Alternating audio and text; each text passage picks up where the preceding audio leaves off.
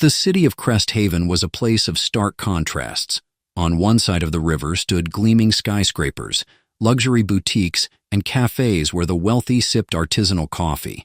On the other side, the streets were lined with modest shops, food stalls, and vendors selling everything from handmade trinkets to second-hand clothes.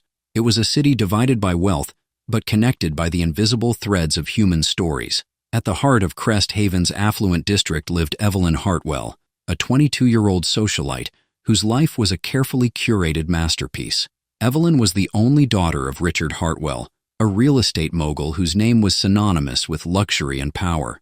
She had grown up in a world where money was no object, where her every whim was catered to, and where her social status was her most prized possession. Evelyn was beautiful, with sharp features, perfectly styled blonde hair, but her beauty was often overshadowed by her arrogance. She had a reputation for being dismissive, condescending, and utterly unaware of the struggles of those outside her privileged bubble. To Evelyn, the world was a stage, and she was the star. Everyone else was merely part of the backdrop. One crisp autumn morning, Evelyn stepped out of her penthouse apartment, dressed in a designer coat and heels that clicked sharply against the pavement. She was on her way to meet her friends for brunch at the Golden Spoon, a trendy cafe that was the latest hotspot for Crest Haven's elite. As she walked, she scrolled through her phone, barely noticing the world around her. But as she crossed the bridge into the less affluent part of town, a shortcut she often took to avoid traffic, she was abruptly pulled out of her bubble. The air here was different, filled with the scent of sizzling street food, the sound of haggling, and the sight of people hustling to make a living. Evelyn wrinkled her nose in distaste. She hated this part of town. It was messy, noisy, and beneath her. That's when she saw him. A young man, no older than 25, stood behind a small cart piled with handmade wooden toys. He was dressed in simple, worn clothes, his hands rough from hours of carving and sanding. His face was kind but tired, as if he carried the weight of the world on his shoulders.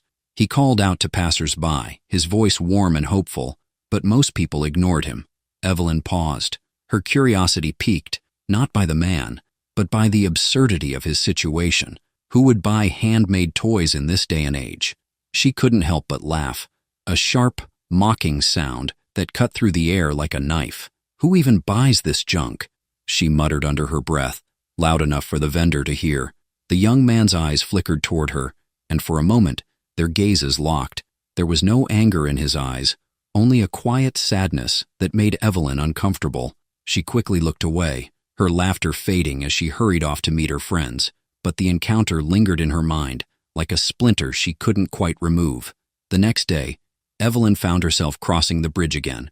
She told herself it was just another shortcut, but deep down she knew she was curious about the street vendor. There was something about him, something she couldn't quite put her finger on. As she approached his cart, she noticed the toys more closely. They were simple but beautifully crafted. Wooden cars, spinning tops, and tiny animals, each one unique. The vendor was busy talking to a little girl, his face lighting up as he handed her a small wooden bird. The girl's eyes sparkled with delight as she ran off to show her mother. Evelyn felt a pang of something she couldn't quite name.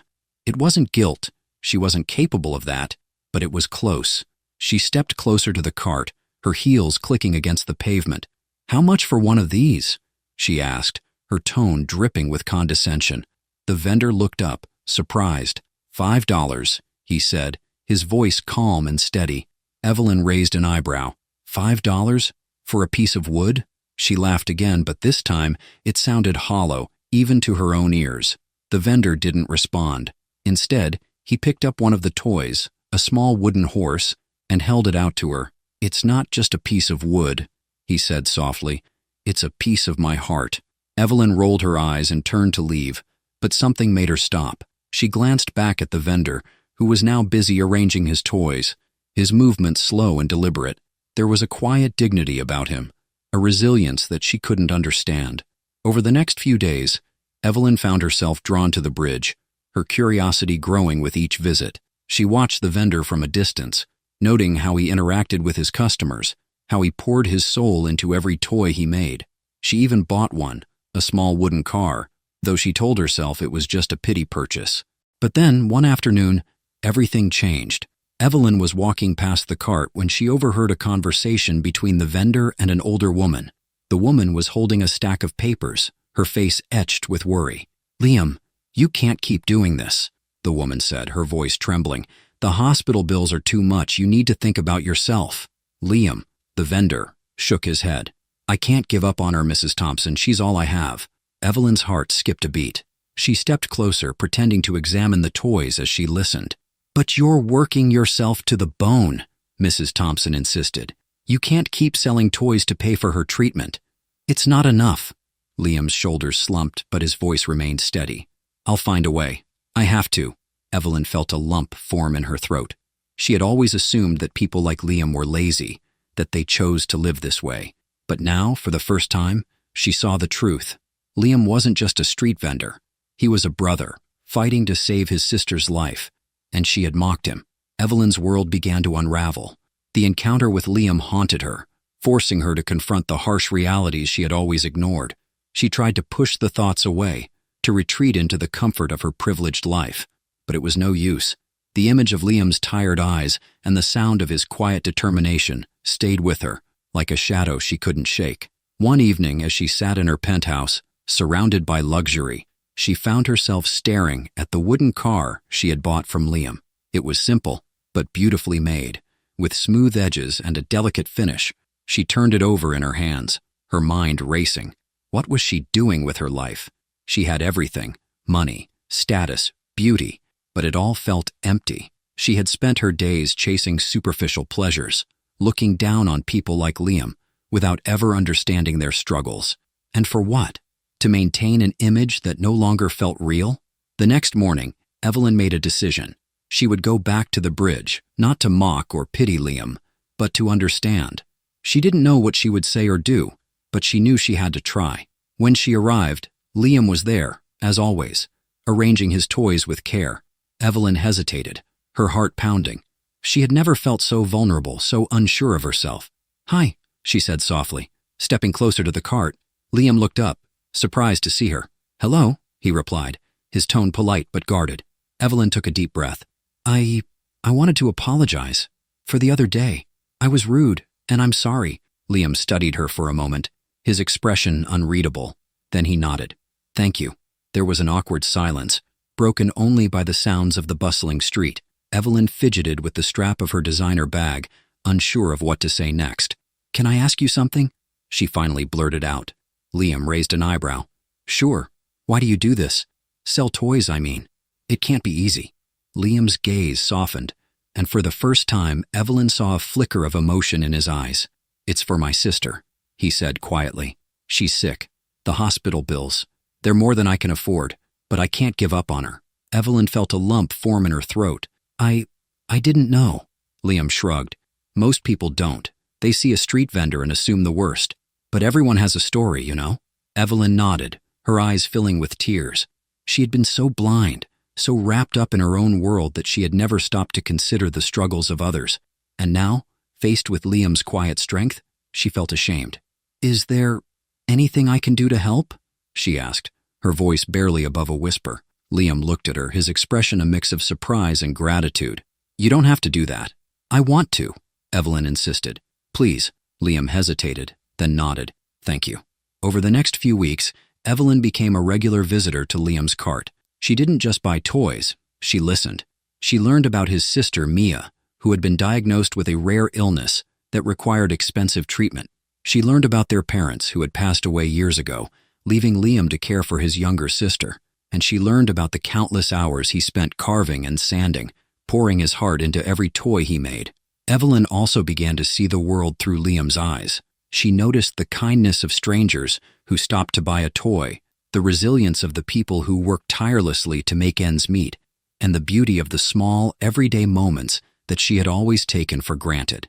But as she grew closer to Liam, she also became more aware of the stark divide between their worlds. She couldn't ignore the fact that she had the power to help in ways that Liam never could.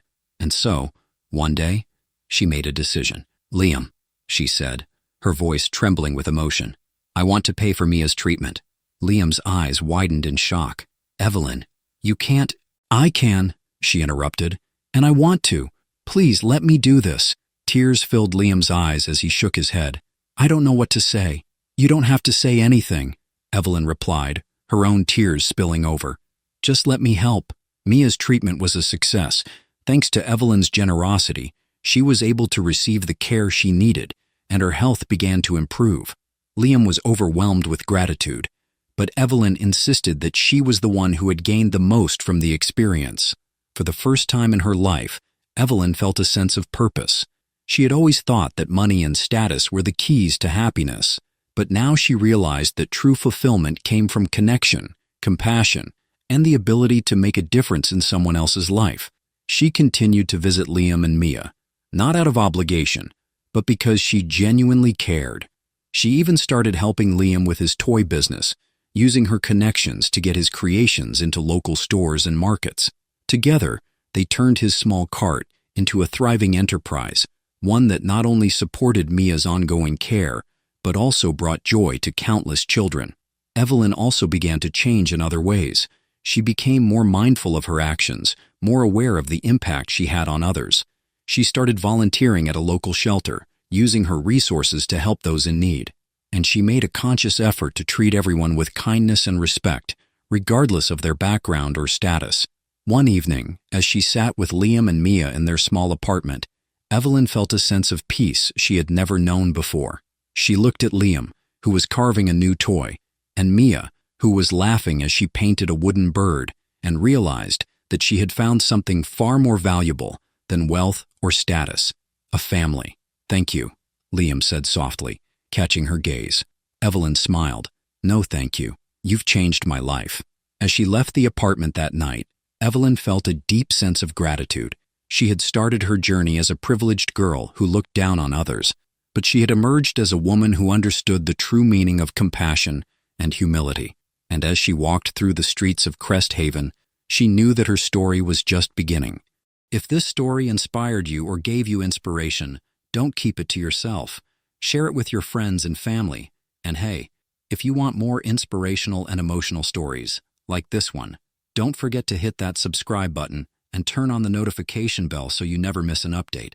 We'd also love to hear your thoughts. Leave a comment below about this story, and if you enjoyed this story, give it a big thumbs up. Your support helps us continue sharing stories that touch hearts and inspire change. Thank you for watching, and see you in the next story.